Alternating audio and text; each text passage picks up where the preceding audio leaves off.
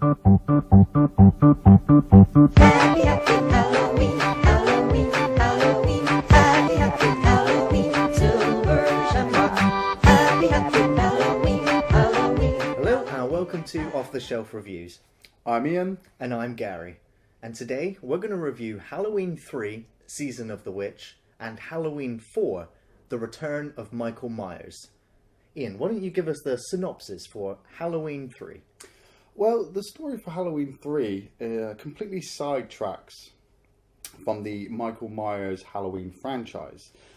We follow Dan Chalice, played by Tom Atkins, who, after having a strange man come into his hospital and have his face crushed, Dan starts to investigate who set out to kill this man. His investigation takes him to the Silver Shamrock Novelty Company in the town of Santa Mira, and he starts to uncover a weird satanic plot to try and kill all the world's children. It's very surprising that this film came out exactly a year after Halloween 2 and would not star or feature Michael Myers or any cast or anything even referencing the first two movies. In order to establish a franchise or to build on a franchise, that's usually the convention to follow. They took a huge gamble and a very big risk in the making of this film by not having any relation to the other two movies. Yeah. And subsequently, when word of mouth got out that this had nothing to do with Michael Myers, no one went to the cinemas to see it. Nobody picked up the rentals, and just the film just almost went into obscurity and pretty much nearly killed the Halloween franchise there and then. John Carpenter already did not want to return to the Michael Myers character. He was quite interested in setting up an anthology show where every Halloween they would get a new writer, a new director, producers, and just tell a completely different feature-length horror story. Yeah. Which I thought was actually quite appealing. I mean, by now we could have had, like 40 Halloween movies. However, we get this film, Season of the Witch, as you've said, starring Tom Atkins, who you must know by now is a fantastic B-movie horror actor. Yeah, he's done some very credible things, but he's usually just playing a beat-up cop who usually dies by the end of the movie. I got good news and bad news, girls. The good news is your dates are here. What's the bad news? They're dead. We also have a couple of other well-recognised faces. I mean, this is 1981. We're definitely grounded in the 80s, and we have one of the best 80s movie villains of all time in this movie. And when he turns to the camera and says, "Happy Halloween," I'm going to have a happy Halloween. Happy Halloween. Yeah, Dan O'Hurley, I think his name is. An Irish actor playing Cochrane is the big corporate evil in this film. I, like a lot of people, when I came to see Halloween 3, after the first and second Halloweens, I was all up for Michael Myers to carry on a killing spree. Watching Season of the Witch for the first time, I was like, what the fuck is this? This has no connection to the Halloween movies. It's got nothing to do with Michael Myers. The only reference we do have to Halloween is the Halloween movie is playing in the background on TVs. That upsets me when I see that, because I hate it when another movie is almost trying to establish itself or make itself seem more like it's in our world. Well, but the weird thing is, though, I mean, with Halloween playing in Halloween 3, that kind of...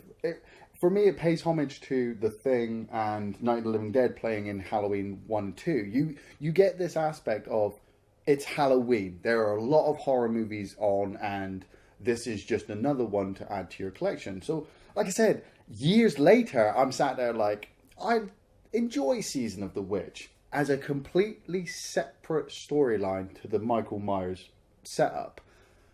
The fucking storyline, though, is slightly unbelievable. The opening sequence is this man being chased by a weird-looking businessman, and he falls into a gas station, and the petrol station owner takes him to the hospital, and that's where we come across Tom Atkins.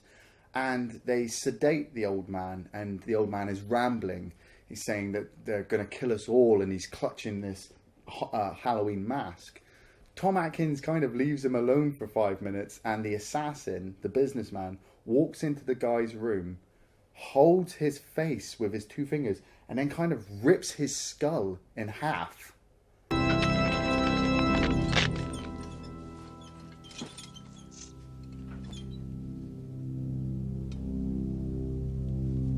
And then walks outside, sets himself on fire and blows himself up. You're like...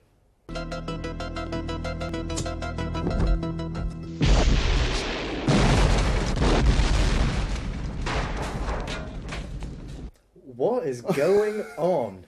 Now, that for me, because I will say, this was the first time I ever watched Halloween 3 Season of the Witch. Oh my god. I never knew what to expect. I always knew that it wasn't a Michael Myers movie, but I never really knew what it was about. I figured it was about witches. And so the first part of the movie, we're seeing these sort of zombies in suits because they have no facial expressions. No. They don't talk or communicate in any way. They're just kind of there. They do sneeze. Oh yeah, they do sneeze. Bless you. and of course he responds by saying, it's remarkable how lifelike they are, aren't they? I'm like, well, not, on the surface, yes. And the whole film is a setup. It's a very good mystery because just like the Tom Atkins character is trying to unravel what happened to this guy in his hospital, and of course the daughter of that guy turns up and she's curious to know what happened, and so they travel to this town where these masks are being made to try and uncover the truth. And about halfway through the film, we finally start to get some of these revelations as to what the whole film is about. Because in the background, we see like news clippings or news broadcasts about stones from Stonehenge disappearing. And at the same time, we are berated with the most annoying tune in cinematic history. I swear to God, the film opens near enough with that song playing. It plays on the TVs everywhere, and just when you think, you know, you're in a room with no TVs, it comes out of the goddamn radio. 8 more days to Halloween, Halloween, Halloween. 8 more days to Halloween, Silver Shamrock. 8 more days to Halloween, Halloween, Halloween. 8 more days to Halloween, Silver Shamrock. And I was headbutting my hand when they kept playing the tune, because they don't just hint at it, they play the whole song every single time. And you might even recognise it from London Bridges Falling Down. Oh, I don't even want to repeat it. I don't even want to show the clip, but... Happy, happy Halloween, Halloween, Halloween. Happy, happy Halloween, Silver Shamrock. Happy, happy Halloween, Halloween, Halloween. Happy, happy Halloween, Silver Shamrock. I love that sequence. How many more days till Halloween? That sequence with this constant tune constantly playing.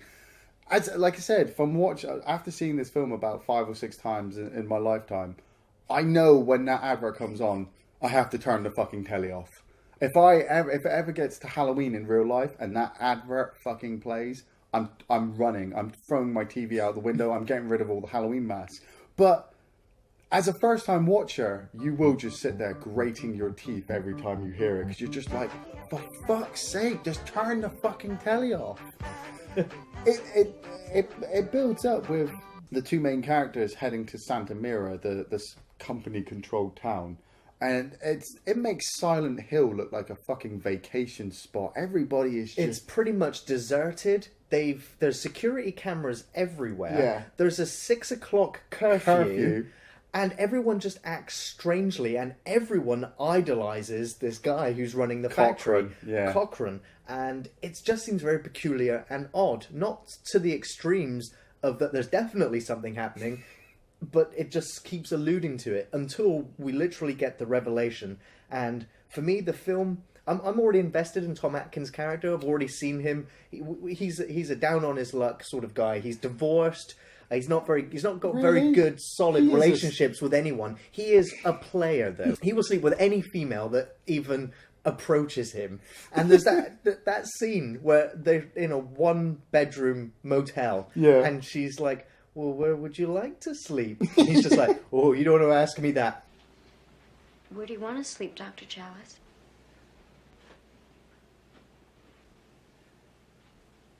That's a dumb question, Miss Grimbridge.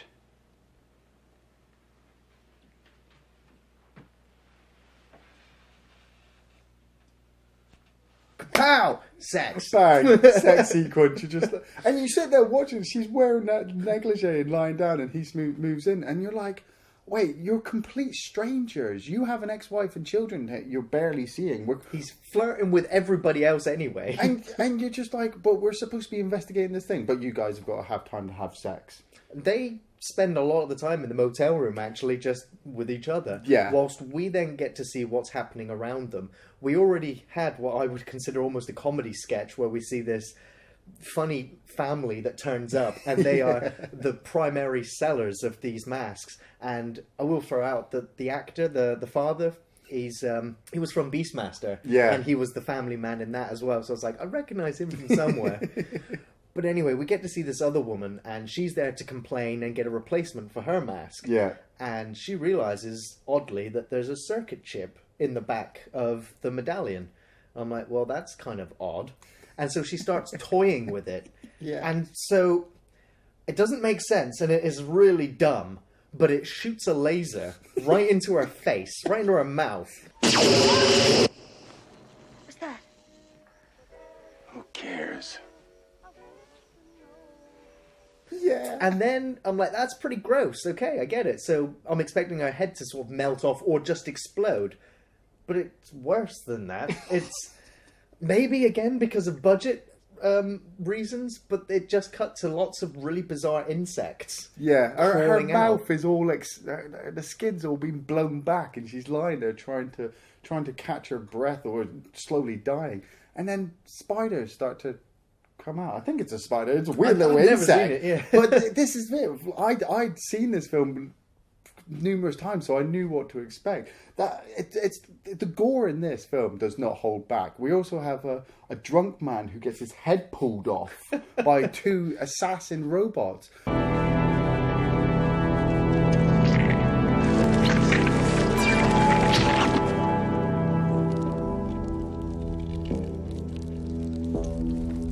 I mean, the little boy, it builds up to the Buddy and his family being taken into a room by Cochrane to look at an advert. And the advert, obviously, we've been fucking following it all the way through the film. 8 more days to Halloween, 7 more days, 6 more days. And they make this boy sit in front of the TV, and it starts to fucking pulsate. Duh, duh, duh, duh, duh, duh, duh, duh, duh. And he... You tell them. Well, I was again under the illusion that perhaps they would turn into zombies or sort of a la Invasion of the Body Snatchers type thing. Yeah. But no, child death. The child collapses in front of the TV, and you see the mask start to disintegrate around him. And I'm like, okay, so I still don't know what's going to happen here, because this was a sort of different reaction than the woman getting blasted by the laser. And then we see spiders and snakes, and then a fucking rattlesnake. I'm like, what is this? The Curse 2? The Bite? He's full of snakes? And the mother faints, and then the father just starts screaming, and then he gets attacked by these poisonous snakes, and we just cut away from them. I'm like, that's pretty brutal and pretty harsh and very cheap. I mean, using insects or snakes and spiders is one of the oldest tropes of horror. And I know this film was on a budget, but it just reeks of the cheapness. And for me, I was hoping for something a little bit more interesting there. I fucking, that bit always makes me laugh. It's built up this whole suspenseful fucking investigation of what the fuck's going on, and then you see him fall on the floor and snakes and spiders come out of his mask, and the mum and dad die, and I'm like, what the fuck? What the fuck are you planning, Cochrane? He's either planning the most biggest ancient sacrifice the world will ever see by killing off children all around America with these specially adapted masks and this special signal playing through the TV at a certain time, or it's the biggest practical joke ever. Do I need a reason? Mr. Cupfer was right, you know.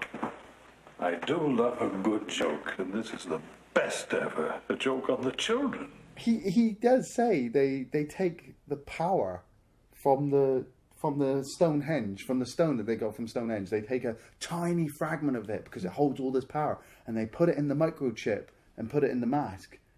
But for what? Why? What? Why are you killing off all these children? For what? You literally do not know. You never get told. Perhaps this was his master plan all along. I don't know how long he's been selling these toys for. Or... He's been thinking this for years. He's like, you know what? Next year we're going to build those special masks and kill thousands of children across the world. Millions. You know, it's like a lot of people do bring up the fact that, you know, they're trying to the signal will be broadcast, and obviously the American states are all, there's different time zones. So where one town will be 7 o'clock, another town will be 11 o'clock, and so the signal will be played at different times. Now, yes, that's a very good point. How the fuck were you supposed to kill all these children? And you see the shots come up. There's like fucking Arizona, there's Los Angeles, there's fucking Detroit and Illinois and all these other places. So you're like, all these kids are going out trick-or-treating, and you're going to force them to sit in front of a TV and die? A good magician never explains. Come on then. You've still got time to figure it out all by yourself. That's a pretty cruel plan. Ingenious. I kind of like it. That's why I like this movie. It was a breath of fresh air to actually watch an 80s movie that, for me, I had avoided, and now was pleasantly surprised by the goofiness, the simplicity of it. For me, it very much felt like a Twilight Zone, Outer Limits, 1 hour special. Yeah. You take away Halloween 3 and just leave Season of the Witch. Yeah. The film, I am sure, would be much more fondly remembered. So I think my favourite scene in the movie, and it's partially a bit of a spoiler here, but it comes towards the end of the movie, where they're driving away and they think that they're driving to their own freedom. They think that it's all going to be resolved. Yeah. And then the daughter of the guy from the beginning turns out to also be a part zombie, part robot, part alien. I don't know what, because she gets captured, and in the midpoint of the film. Yeah, I think they killed her off, and obviously Cochran shows Dan her in the room, and he's like, yeah, there, we've got her there. But I think they killed her off and swapped her. Yeah, and it's all the scenes where she's attacking him, and he manages to starve her off, and then he's like, what time is it? Oh, she's attacking me again, her severed arm is attacking me. And so he gets rid of the arm, and he's like, well, I best go home now. And then she attacks him again, and you're just like, oh, come on. Double tap, will somebody double tap? There's that whole sacrificial circle bit where Cochran gets turned into a pillar of salt or marble or becomes a god. I don't fucking know. It's open for interpretation.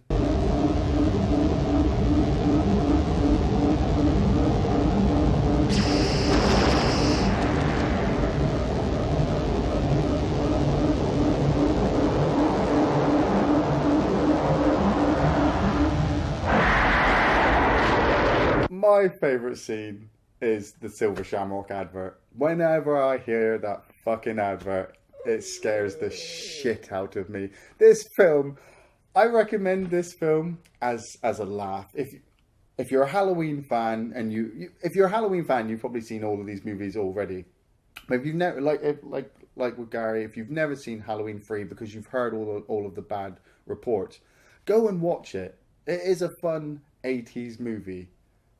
That's it. I'd also say that if you are planning on a Halloween movie marathon, it's a good film to throw into the mix just to give you a break from the other movies, definitely. Check out Halloween 3, Season of the Witch. It's still running. Stop it, please. For God's sake, please stop it. There's no more time. You've got to... Please, stop it. Stop it now. Turn it off. Turn it off. Stop it. Stop it. Stop it. Stop it. Stop it. Stop. Which brings us on to Halloween 4, the return of Michael Myers. Now, this is a good 6 years after Halloween 3. Halloween 3 did so much damage to the franchise that almost everyone involved with the first 3 movies had completely abandoned the project. The studio got rid of the rights, and it went to a new studio, and they wanted to bring back Michael Myers. Many slasher movie franchises were already in their prime at this point. Yeah. And so the studio was desperate to bring back Michael Myers. They approached John Carpenter, who developed a treatment for a script, and he wanted to focus back on the town and deal with the repercussions of the town, dealing with the events that happened in the first two movies, and perhaps have ghostly sort of imagery that would suggest that maybe the spirit of Michael Myers is still haunting that town and perhaps always will do. Of course, the studio dropped that and they hired a new writer, and another writer, and another writer, and at the same time continued to drop the budget lower and lower and lower until they ended up hiring Dwight Little. You might remember him as the director of... Don't say it. He was the director of... No, don't. He directed Tekken. Fucking hell, Gary. Ian, why don't you give us the synopsis? So the story for Halloween 4 is after that fuck-off great big explosion we saw at the end of Halloween 2 that completely demolished the room that Dr. Loomis and Michael Myers were in. They survived. They fucking survived. Dr. Loomis has been trying to take care of himself for 10 years, and Michael Myers has been in a coma. A fucking coma. That's it. Michael is being transported to Haddonfield, to the sanitarium, and he just so happens to overhear that Laurie Strode had died in a car accident, and her daughter Jamie is living in Haddonfield. So he wakes up, he fucking wakes up,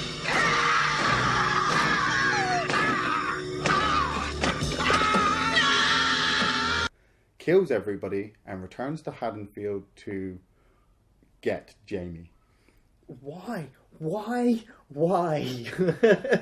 I can understand that Michael Myers would perhaps have survived the end of Halloween 2, because throughout the course of those two movies, we've seen him get shot more than 12 times. He's been shot in the face, he's been stabbed, and he's still going. Setting him on fire. We've seen other great villains get set on fire and live, so having Michael Myers survive that, I wasn't too shocked. What really frustrated me was that they brought back Donald Pleasence. They brought back Dr. Loomis. Now, I can understand that they wanted to have some integrity with the fans because they wanted to have familiar faces. However, having him appear with the worst burn effects, some on his hand and some on his face, it does make Halloween 2 seem like a complete joke.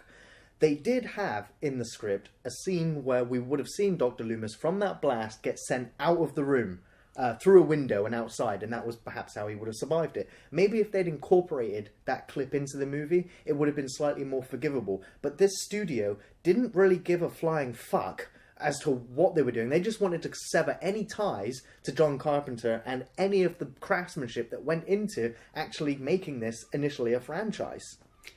4 fucking writers it took to bring this story together. Bring fucking Michael Myers back from the fucking dead. I'm trying not to hate Dwight Little. I really am. Tekken was a piece of fucking shit.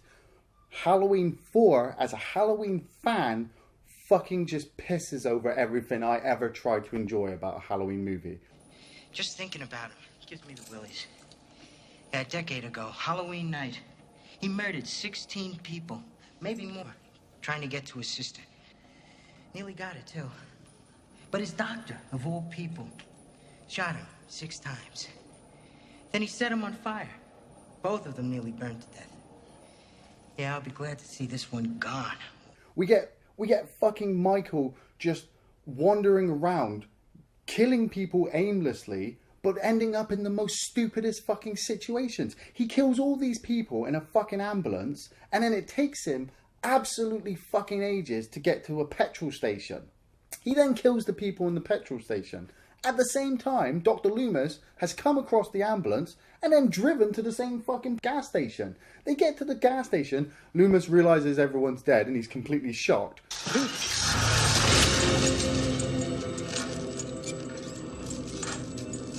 He sees Michael, fires at him. Michael is so fast he fucking disappears.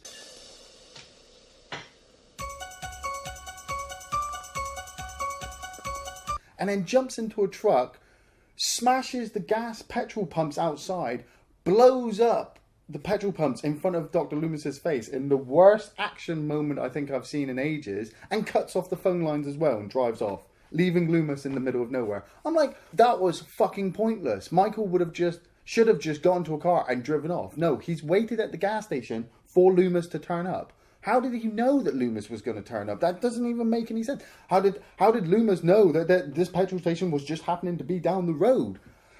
You then follow Jamie, played by Danielle Harris. I do kind of enjoy Jamie's character to a point. The reason why Jamie Lee Curtis didn't want to come back was because she knew that the franchise was fucking done and dusted with after Halloween 2. So you kill her off. Okay, we kill her off, but her daughter survives, and her daughter's living in Haddonfield. Okay, but nobody knows about this. Okay, how do the fucking medical drivers at the beginning of the film know about it to tell Michael?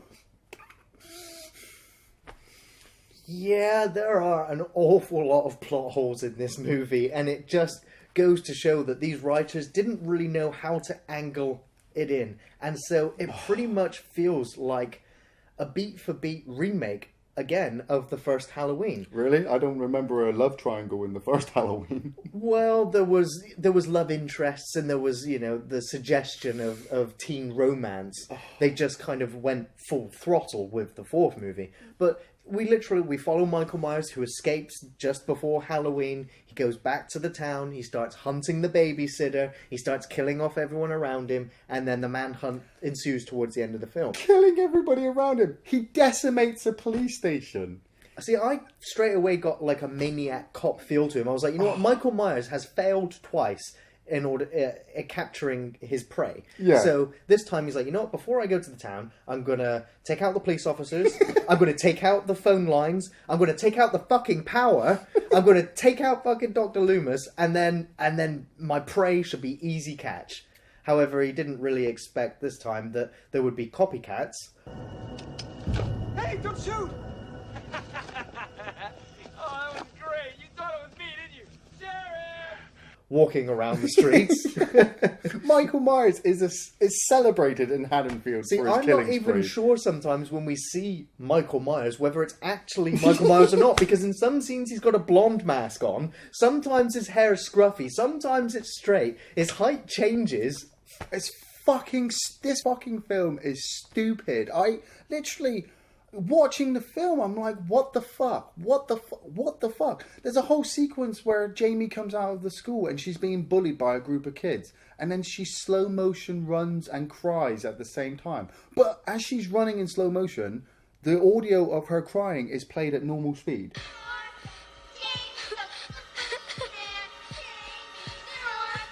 Every day is Halloween at James South. See, the bullying again, sorry, reminded me of the first movie. Where the kid gets bullied at the school. And then... Yes, but that sequence makes sense because Michael turns up. You have a jump scare there because Michael is there and he catches the little boy and obviously runs off. In this one, Jamie kind of wipes her tears away and her sister turns up and goes, "We're going for ice cream." And I'm like... Jamie, are you okay?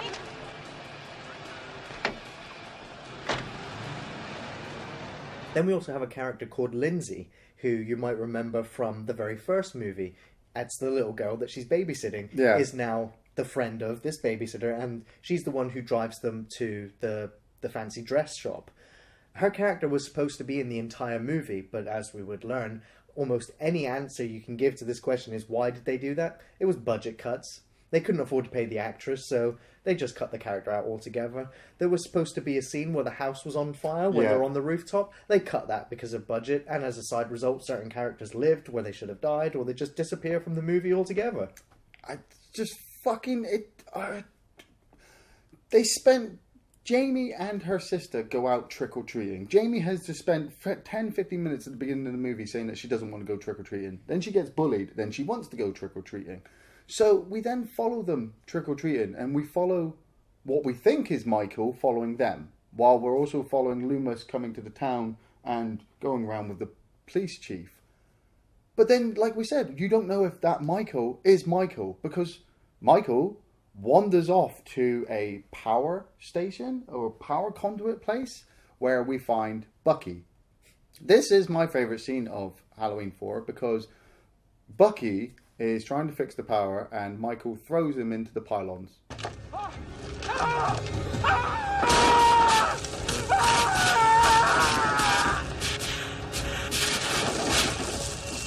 And it's shocking. I'm actually going to use that one. It's shocking. The power gets all taken out, and now Jamie and her sister are separated, wandering the streets in darkness. But wait, luckily, Jamie is found by her sister at the exact same time that Loomis and the police chief turn up and save her. And at the same time, a group of Michael Myers turn up to scare them. What the fuck? Didn't they learn after the events of the second movie when that kid got absolutely destroyed by that police officer that if you're caught wearing a Michael Myers mask on Halloween, you're likely to get shot?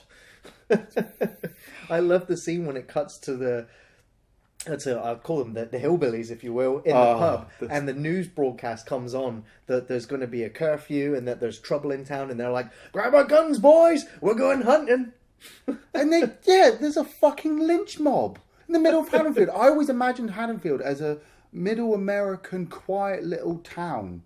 Instead, you've got Haddonfield with rednecks. They drive around, they see the police chief, they're like, "Oh, your police station's been completely wiped out. We're going to go kill Michael Myers." And then the very next scene you see them in, one of them goes, "He's in that bush." They all fire at the bush. Let's run!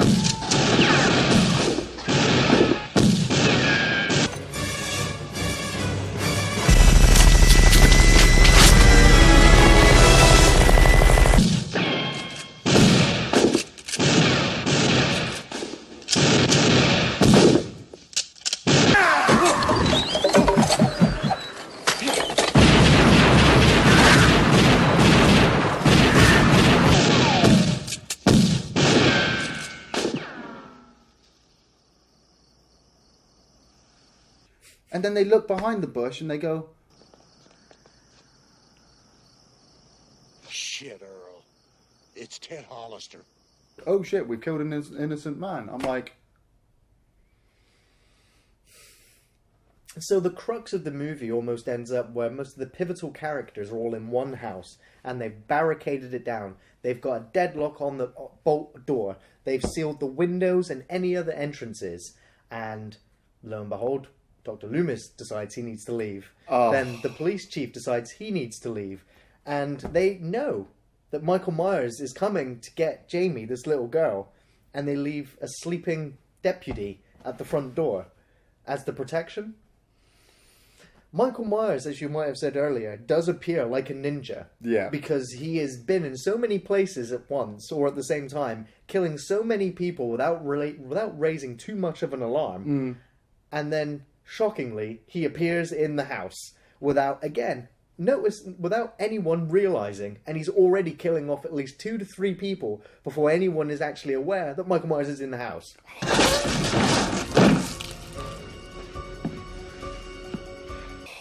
It is very cringeworthy, and the pacing is so off that it almost becomes unbearable to watch. No, this film is unbearable to watch. I pretty much just let my brain go 45 minutes into this film. That whole fucking sequence, Michael follows the police chief, Loomis, and all these people back to this house. And you're going to leave the pivotal main girl protected by 3 fucking inept teens and a half-asleep police officer. The fucking police officer gets squashed into a box.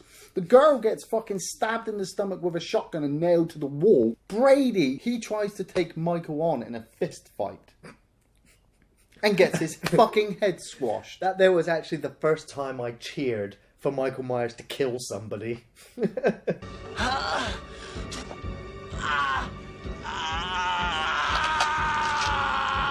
Because it was at that point that I started rooting for the villain. I'm rooting for Michael Myers now. I'm like, just go and kill them all, please. Just end fucking this. end this.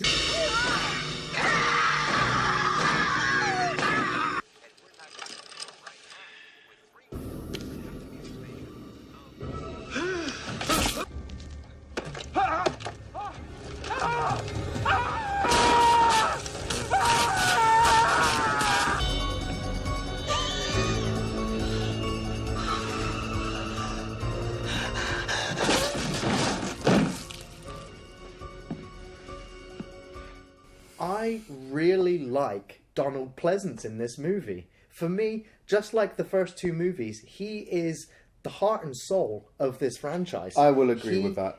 And I really feel for him in this film because his entire life now has become nothing but mopping up the mess of Michael Myers. And because he has failed. Yeah. He failed in the first movie. He failed before the first movie even began. And even after all this time, he's still failing.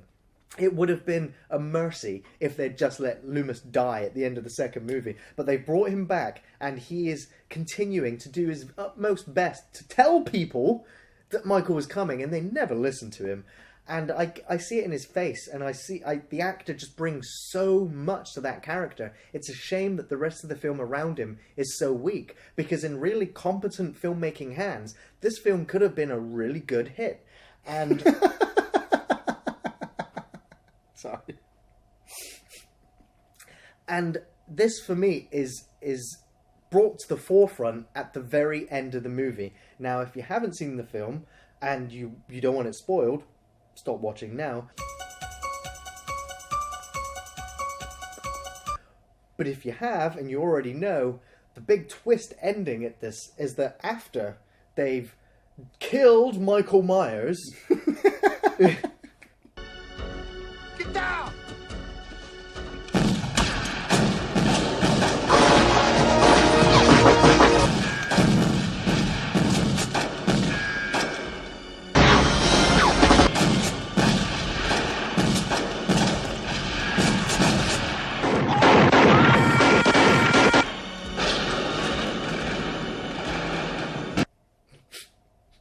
They return to the house for tea and cakes and and go, it's all over now, everything's gonna be okay. And so the mother goes upstairs and Jamie, the little girl, goes upstairs, and before we know it, we hear some screaming. And then Dr. Loomis, gun out straight away, up the stairs, he's ready to deal with Michael Myers again, he's set. And then he's puzzled and he's ready to shoot the little girl. And the police officer stops him, and then they're looking at the girl and she's got the knife. And she's wearing the mask and the clown suit from pretty much the first movie. Yeah. And the twist ending, for me, it's hackneyed. It's just not very good. It's trying to bring it full circle to the first movie. I don't really like that ending. I get the idea that she's Michael Myers' niece. She's got it within her to also become like him. That, I don't really care about that. I care about Dr. Loomis and his reaction. He has a complete and utter mental breakdown. Yeah. And that is how the film ends. And for me, that is what the lasting impact of this film is. Pretty much a mental fucking breakdown. No!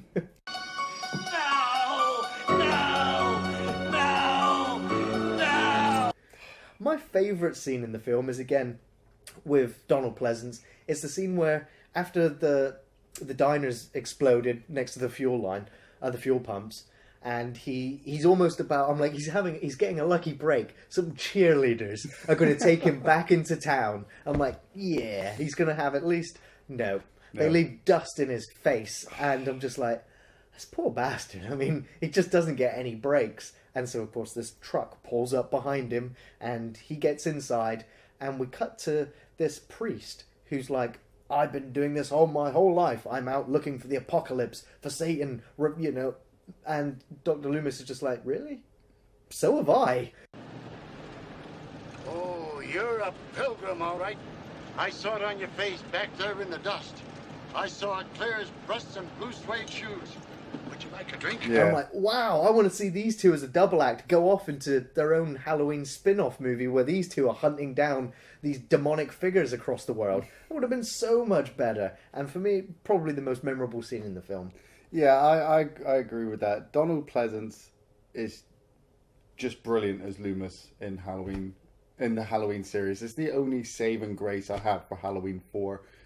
I feel it's a fucking travesty that the scenes that we have him in, I mean, when he's first mentioned at the beginning, the doctor of the sanitarium is just like, I ever want Loomis to move, retire, or die. And I'm like, that is just disrespectful. You know, they then, obviously, with the cheerleaders, they kick dirt in his face. And I'm just like, that's even worse. Every time Loomis turns up, people are like, we know you. You brought that man to our town. And, you know, you're just as bad as Michael Myers. I'm like, he's fucking constantly trying to stop Michael, and you're just constantly fucking giving him shit. He's always trying to warn you. And I feel just bad that whenever people think of Donald Pleasence, the Halloween films, and mainly these later ones, are what they remember of him. Not the great performance that he pulled off in Halloween 1 and 2. Not the great performance that he did in Fantastic Voyage and the James Bond movies. Just the fucking travesty that is 4, 5, and 6 fucking Halloween movies. I've already said my favourite scene is the Bucky sequence, just because it's just fucking stupid. Just like this film for me. I'm going to go on record here and say, do not watch this film. If you feel you have to carry on watching it, but I warn you, Dwight Little is a cunt, and Halloween 4 is shit. I really enjoyed Halloween 4, The Return of Michael Myers. Again, this is the first time I've seen this movie in a very long time. I have absolutely no memory of the events that occurred in it. So rewatching it, I was enjoying just the typical 80s-ness of this movie. I enjoyed, of course, I enjoyed the John Carpenter music score, even though it's sort of overused in this franchise. It cements this franchise. I like the fact that it returned almost to the same set. I liked the chemistry between the two female leads. I actually felt like she was becoming like a protective mother to her. Yeah. And it sort of reminded me of Child's Play 2 in many respects. There's a lot to hate in this film, and we clearly pointed out nearly all the things to hate. And there's even more that we've forgotten to mention. But if you can just accept the fact that this is a really trashy, bad Halloween franchise movie, you can actually enjoy it. There's enough in here to enjoy it. Donald Pleasence is enough to get you through the movie, to get to that twist ending. I feel like there's enough in here that's enjoyable to watch. It is a bad movie, but I do recommend you watch it. Stop it, please, for God's sake, please stop it. There's no more time. You've got to, please, stop it. Stop it now. Turn it off. Turn it off. Stop it. Stop it. Stop it. Stop it. Stop it. Stop it. Stop it. Join us next time where we're going to be reviewing Halloween 5, The Revenge of Michael Myers, and Halloween 6, The Curse of Michael Myers. Thanks for watching Off the Shelf Reviews.